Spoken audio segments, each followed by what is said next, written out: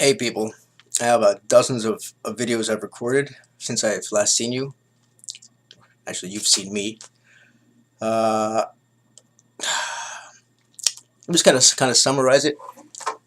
Maybe I'll take an hour in this video. I don't know, but I'm definitely gonna upload it. I will shoot myself if I don't. I'm getting sick of recording videos and then not uploading them. But it seems like every day something happens, and it seems really the underlying issue here and the problem is I can't say anything often because either it's too dangerous, something's in the works, and I don't want to mess it up, or my reputation might be at stake. Not as in a narcissistic way, but in the future, if a potential contract or employee comes around, they somehow find me. I mean, there's not I can't say everything. They're going to think I'm totally damaged, which they would be 100% right. But you know, I have to get my foot in the door before they actually like me and see past the damage. Anyways, let me just cut to the chase and try to get that reflection out of the back of me. You know, I don't want to say I'm OCD because I just read about a pair of twins who killed themselves. They had OCD. They couldn't even leave the house. You know what? And I'm going to talk about that right now because I didn't plan to, and I just like it better when I ad-lib, and I'm going to get that fucking thing out of my fucking back. If you can't tell, today I'm really triggered.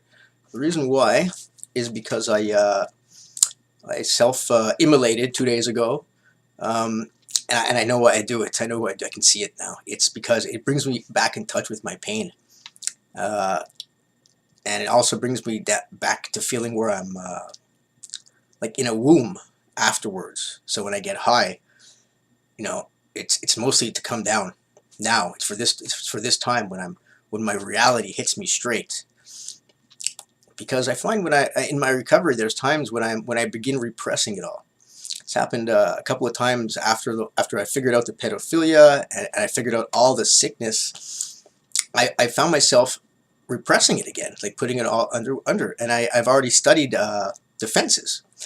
When I learned that narcissistic defenses were an immature defense, well, I did research saying, what the fuck is a mature defense? You know, what's a mature defense? And I figured, you know, I didn't figure it out, but I read through it. And the things that really stuck in my mind was that repression was more mature, but it's not fully mature. The fully mature defense would be sublimation. And that's what I am attempting to do, which would be to take my trauma and turn it into something better, which is, like I explained to you, is my Trauma Circles website, which I'm working on, but in my state of mind, it's kind of tough. But, you know, I'm getting there. I'm definitely making progress. And also I have to write my book. I'm even considering asking you guys for a GoFundMe or something because I feel like the book has really got to come out and I can't say anything. I can tell you what I recorded last week and I didn't upload because at this point it's safe to tell you what happened.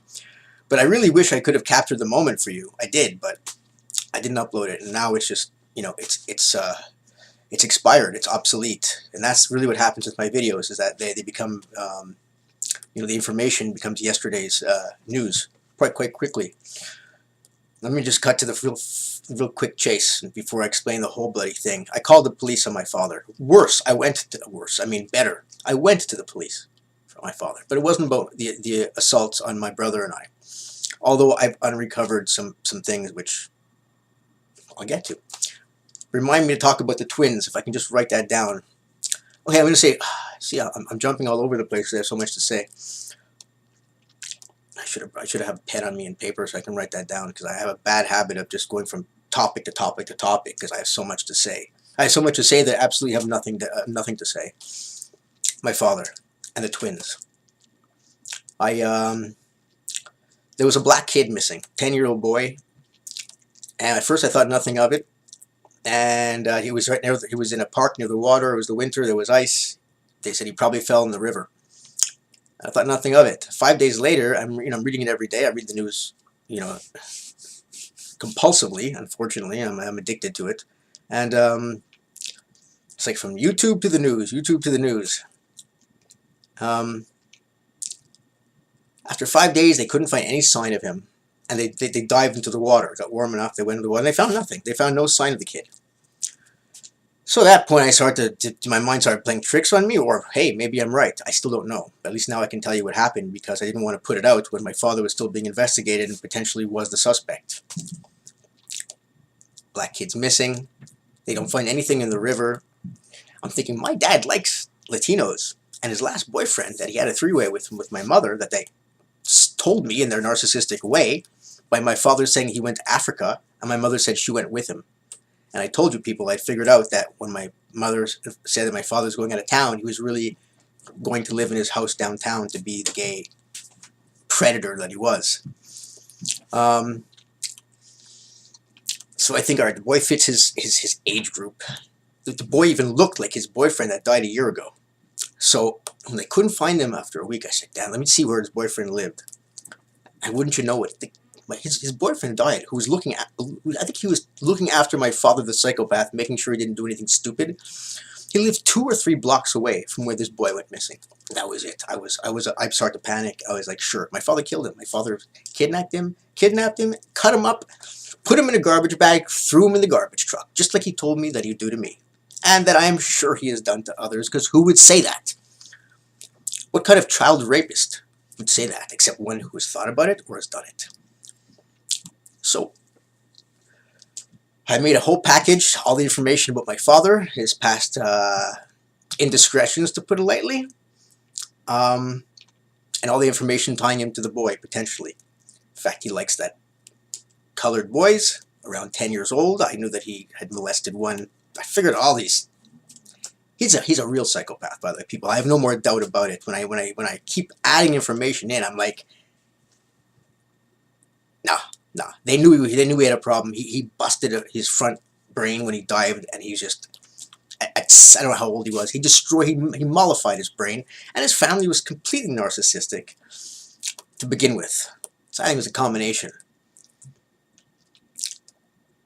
Anyways, I wrote all the information down. I put a map, photos. Oh, and there was a suspect that I found from 3 years ago that looked just like my father. They wrote a sketch, and he was trying to lure boys or kids. They said kids. They didn't say what gender, with candy. And I printed out the suspect's photo and the car that my father drove, that model car, and I showed it to them. And I said, if those children were boys, it's my father. And if it's my father there, it's my father who took this kid named Ariel, this black kid. I said, but if those were girls, it's not my father, and it probably wasn't my father who took the boy. Just that everything added and pointed to him. And I went down to the cop station. I was really weighing on me. I recorded video saying, I don't know if I should do it. Now, I'm very glad I did it. It was a weight off my shoulder, whether, you know, and I'm glad, because now they may catch him on something else. And in the end of the day, now that I remember what he did to me and how he gave me borderline, because I'm telling you now, people, I don't have, I mean, I probably have CPTSD, but I have borderline. According to Richard Grannon, Spartan life coach, it comes down to, do you have violent imagery of revenge, and I do. And he mentioned violent and sexual imagery. I don't really have very strong sexual imagery, but I have met borderlines this summer, 2 of them, and I'm telling you, they had really strong sexual imagery. One also had violent, no, they both had violent imagery that they shared with me, but they both were also highly sexually motivated. It seemed in both their cases, all they had was their lovers. Could be wrong, but I know they've also had very abusive families, and I hold it against them. But okay, so I went to the cop. I sat there. So I went to the cop station. Told them I had this to give in. They say, "Well, can you just hand it?" I said, "No way. I'm not giving you this information." I say it's too important, and I want to make sure it's looked at. I want to speak in a room with the camera, investigators. You know, I want to do the real thing. I just want to hand this in and walk away. I won't feel very comforted, because I wouldn't know, right? People, I wouldn't know. I maybe got lost. My dad did do it. So they sent me to another station, and when I got there, it was only maybe a half-hour walk away. I found the police station downtown, the jail. I never knew where the jail was downtown, because I live downtown, but just in an area that is a little bit. It's like a borough off of downtown. It's a little bit north, and just because I'm right over the limit, actually I live on the limit, when I get arrested, held overnight for something, they bring me to a different one. So I never knew where all my friends were being held. Whenever they were being held, they talk about West Detention Center, and for me, it was just like now I know where it is. I can go see any people I know in case they get pulled in for something. It's like a holding jail before you go to court or before you're let go, whatever. It's not an actual prison. You don't get your sentence, stay there. So I sat down with the prosecutor and 2 investigators. And I talked for about 3 hours. I told them everything. I told them I didn't want to prosecute my father for what he did to me. I told them everything I knew and everything I felt. And that I wasn't sure. They hit me on, they asked me, and then they investigated me, which was great because I expected that. Because I have a record. And because, I've watched more than enough serial killer and mafia movies. And anyone who involves himself in a crime needs to be investigated. You and I both know that, right? Didn't our narcissists and psychopaths love to play games and get, almost tease us? So they start to ask me, a bunch of questions. Can we come back to your apartment? I said sure. Actually, at first I said no because I had a gram of weed on my thing, and I said, "Are you going to take my weed?" And the prosecutor got upset. She said, "We're looking for a missing boy. We're not worried about your weed, your gram of weed." So I let them in here. They looked around. And then there was a plastic, because I could like bottles and cans. There was a plastic bag, a big transparent one, in my bathtub. So they were like, "What's the plastic bag?" And I was like, "Oh, it's for my cans and bottles." But later on, when they were gone, I looked at it and it was like, it wasn't my typical plastic bag. Usually they're opaque. This one was transparent. So I was like, "My God, it looks like I may have cut up a body." Later on, my landlord saw me and I told him what happened. He said they came back at night and they sprayed something on your door, on your window outside. So they were checking luminol if I had blood. So it was actually kind of exciting, and I know it made me feel really good. It made me feel, all right, we have real police force and real investigators.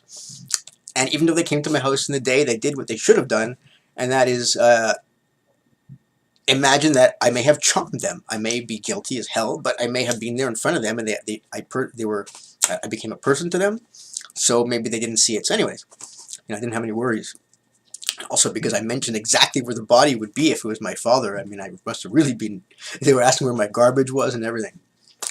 Anyways, it was really great. It was actually funny because I was thinking, my God, the last crime I would ever commit is abducting a little boy. I wouldn't know what the hell to do with him. And then I thought, well, if ever I was crazy and I abducted a little boy, the first thing I would do was look for a woman and say, "Hey, can you please take this little boy? I don't know what the hell to do with him."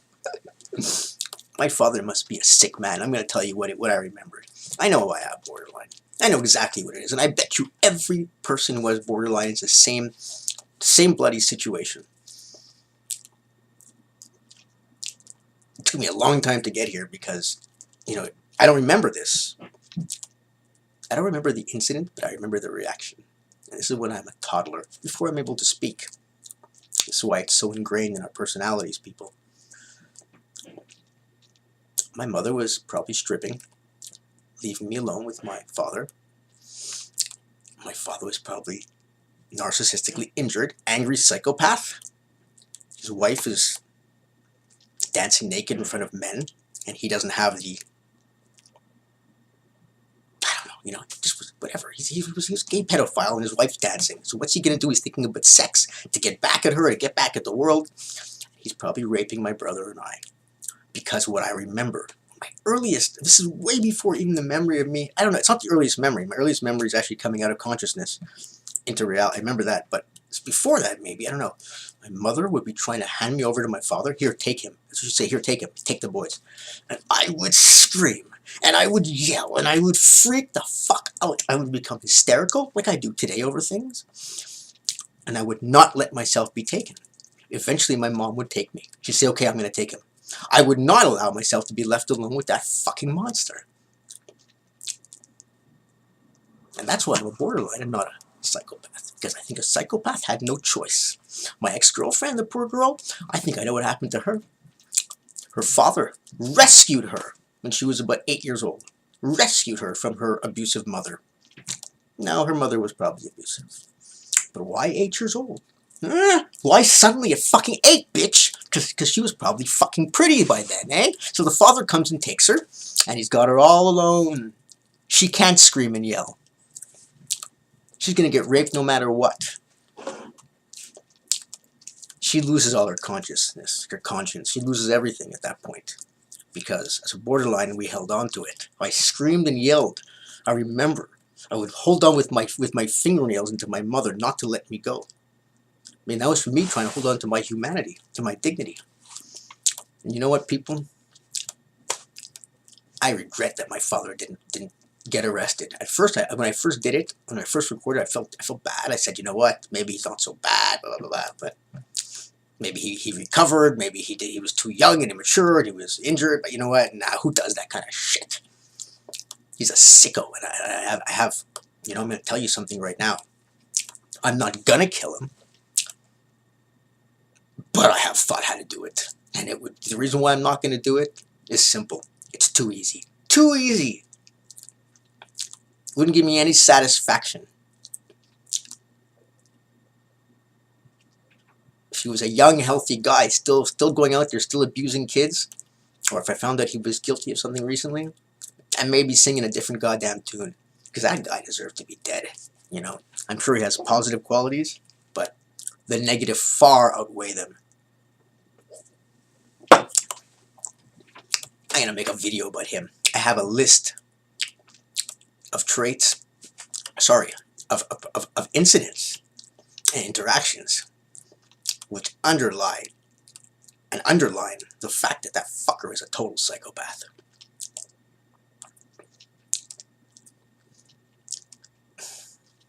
I'm angry today.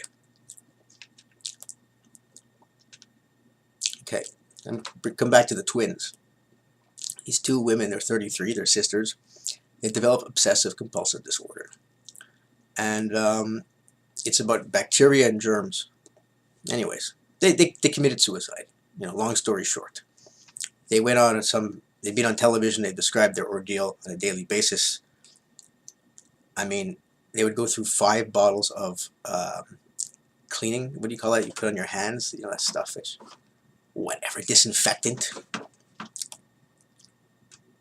A day, five bottles a day. So they obviously had a severe disorder. Now, what does it come down to? It comes down to the same thing that I think we all have. We're stuck at a point in time. Stuck at a point in time. I imagine with them, at some point, something happened which, you know, was very traumatizing at their age. I imagine they were both there at the same time.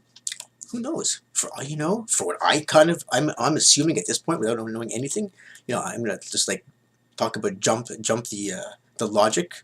I'm gonna go from A to Z and say their father was sexually abusing them, both little girls, and their mother called them dirty. So for the rest of their life, they have to clean, because it doesn't go away, as we know. And they may have repressed that completely, just like I did. Just like many of us did. As a matter of fact, I hate to tell you people, but I'm talking to some of you, and you were probably sexually molested as a toddler and don't remember it, repressed it, or, you know, you just... I have bad news. There's a lot of sick guys out there. I've realized that. And society was much more forgiving back then. You know, I'm 47, and I remember how it just was a completely different world. You talk about Me Too movement. I think back then it was like, I'm having sex with my child. Oh, Me Too. That's what I think the Me Too movement was back in the 70s and 60s.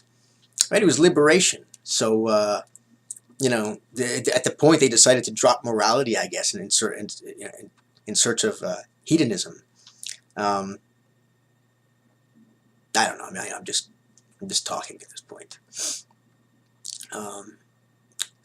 So I'm stuck at a point. These girls are stuck at a point. When I was researching pedophilia, I came across that it was a form of OCD, just like what these girls died of. That it's so severe that people who are truly pedophiles, not child molesters, they made a difference. There's some people who just molest children because, you know, they're available. That's not my father. I'm 100% sure that you don't molest a toddler who's 1 and 2 years old. If you don't.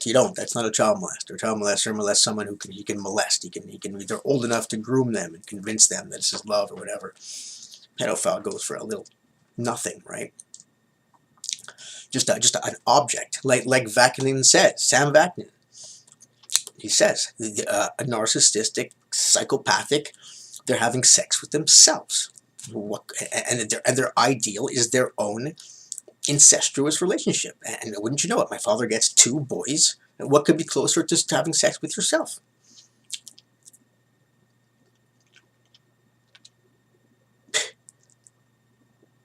Um,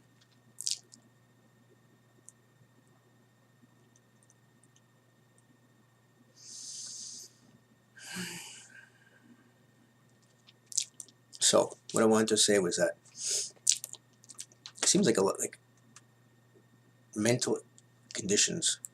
I don't make I don't distinguish between one and the other anymore. I mean, yes, I distinguish between them just like I distinguish between, you know, one kind of marijuana and another strain. They're different, but in the end of the day, it's all weed. Of course, I like sativas better than indicas, but it's still weed. And so when people say, well, not manic depression, what do they call it? Bipolar is a mental illness. It's based on chemicals, and borderline is a personality disorder. What kind of bullshit is that? You can't even tell me how many goddamn what's my quantity of dopamine in my brain compared to serotonin, compared to acetylcholine. You can't tell me any of this, but they're making theories, just like I'm making theories. We're all making theories. So, I think it's all the same. But it seems to all come down to pretty simply, something is in our childhood. We were programmed wrong, we're traumatized wrong, and the solution is how do you reprogram the mind?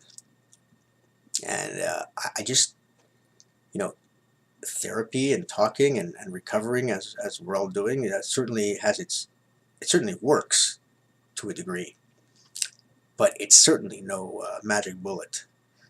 And I'm convinced that there probably is a magic bullet, because, well, I can tell you when I do speed or amphetamines, Ritalin or something, I learn much quicker. And to be quite honest, I could not even leave my ex-girlfriend when she was a psychopath. I couldn't break the addiction to her until someone gave me, I hadn't done speed when I met her. I hadn't done it in years, hadn't done hard drugs in like 10-15 years. Someone gave me an Adderall or something, or a Ritalin, and my mind clicked in. I was like, holy moly. I said, what am I doing? So I learned very quickly that I was in a bad pattern. And they're like, I don't think it's speed that's going to help people get over early childhood abuse and trauma. But I think I would like to think, knowing what I know about neuroimaging and especially targeting specific parts of the brain, and how each part of the brain really does have a very specific function. Now, I really think there'll be a way to put the mind or the brain in a certain state that you could then actually just feed it information. I guess it's like hypnosis, medically induced hypnosis, perhaps. Still sounds like talking, though. Anyways, I don't know what to say. Beyond this, so they investigated my father. They left as I was talking. About an hour and a half in, 2 other guys came in. They said, we're going on the road. I know they drove to my father's house. First they went to my mother's house, and apparently they called in that my father had moved. So I was right. When I left the family, and there was nothing left. My brother's dead. I leave, and I hate them, and I never want to speak to them again. My mother and father have no reason to stay together and keep up the image. They can't keep up the charade anymore, really. It's destroyed. So that was it. I guess they threw in the towel. Maybe my mother just got rid of him because I told her that I was going to destroy them and I was going to go public and that I was going to make their life a living hell. My mother may have said, you know what? Get out of here. I don't want to pay the price anymore. I'm sick of suffering for you. Because my mother is definitely a narcissist. She's definitely destroyed me. After my father set the seed, my mother took over the reins from my brother and I in effort to protect either my father or the family unit, the image, because her parents were divorced. My mother never really had a family, so, it's very tragic. For her, I only see tragedy. I don't really see an evil side. until when she got older. And at that point, she was using cocaine for decades. And I know when you're coming down off cocaine. I mean, I've done cocaine. I've been a coke addict twice, when I was in my mid-20s and then in my early 30s when I was in real estate. See, every time I make money, I become like self-destructive because I don't know what the heck to do with it. That's why I'm quite happy not having any. It's safe. Speed is cheap, and speed is nothing. And I come down off speed, I get a little aggressive, I get a little bit crazy, but I don't get depressed at all. I eat it like ADHD pill. It focused me out. As you can see, I'm only here because of the speed. Otherwise, I'd be on the street probably collecting cans and bottles, even if I don't need any, because I just got to keep running. It's like I can't sit still. My body is working much faster than my mind. My poor neighbors get all kinds of abuse. I mean, I've been just crazy. And it's because I'm waiting for the summer. I can't wait to get out of this jail cell. I mean, I need to get out of this apartment by next spring. It is tiny. I really can't take it anymore. People, I can't move more than like 3, 4, 5 feet. So, I'm back. I will get back. I will make some money. Maybe I'll do some crowdfunding because that was my intention. It's just that I guess the truth is I still intend to do everything, but I don't have the concentration. I don't want to bite something off if I can't chew it. So I'm the last person to take money and not put it for what it's used for. And really, the book I want to write, because there's so many things that I have to tell people that there's so much I haven't said. I mean,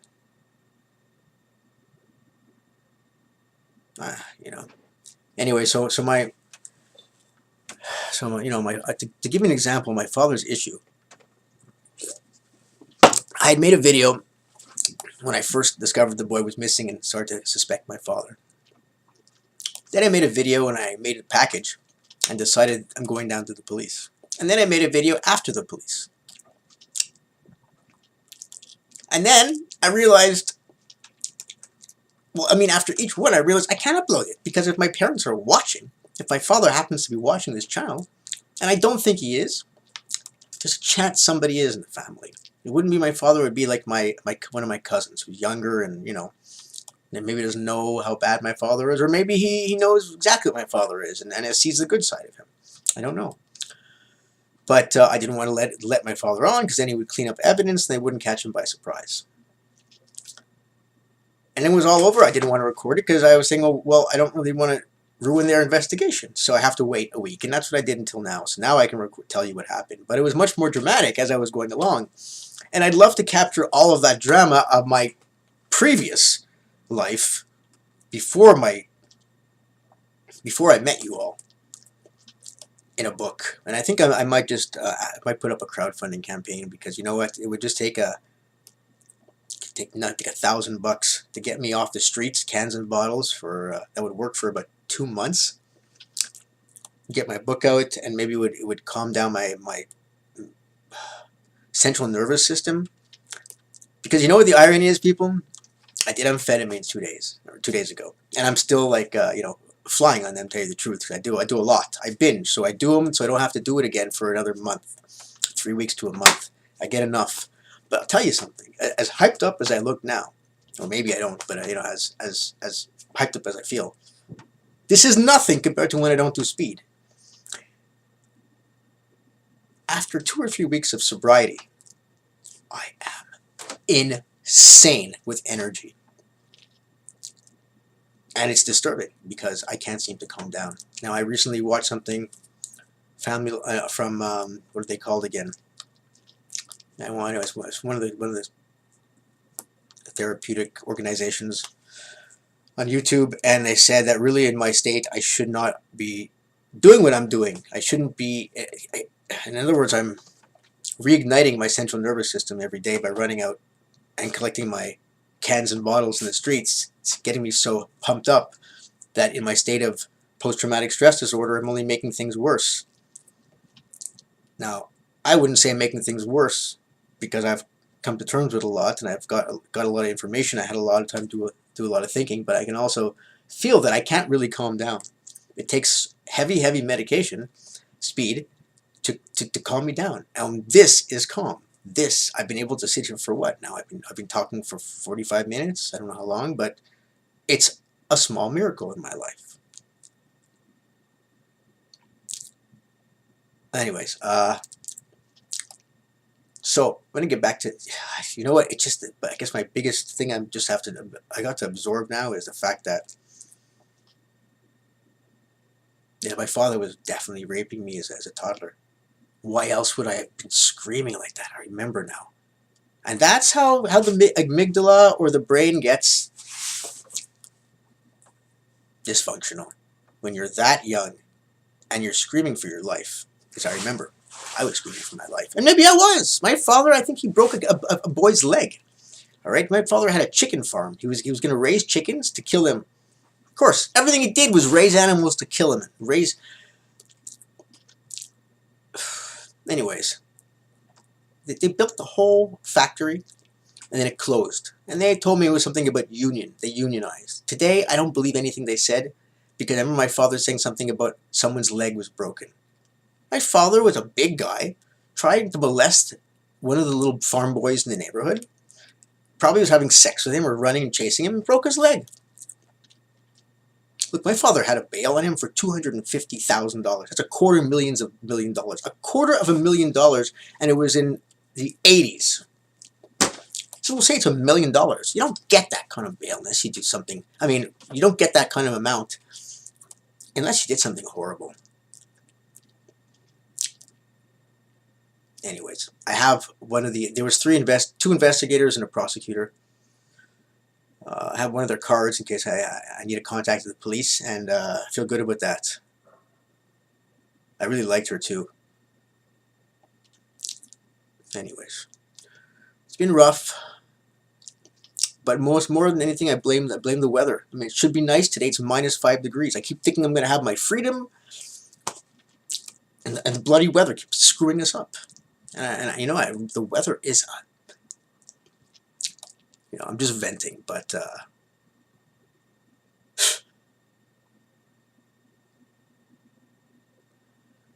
I'm going to end it there.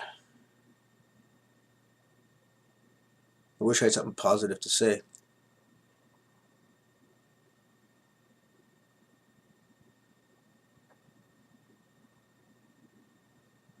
I don't.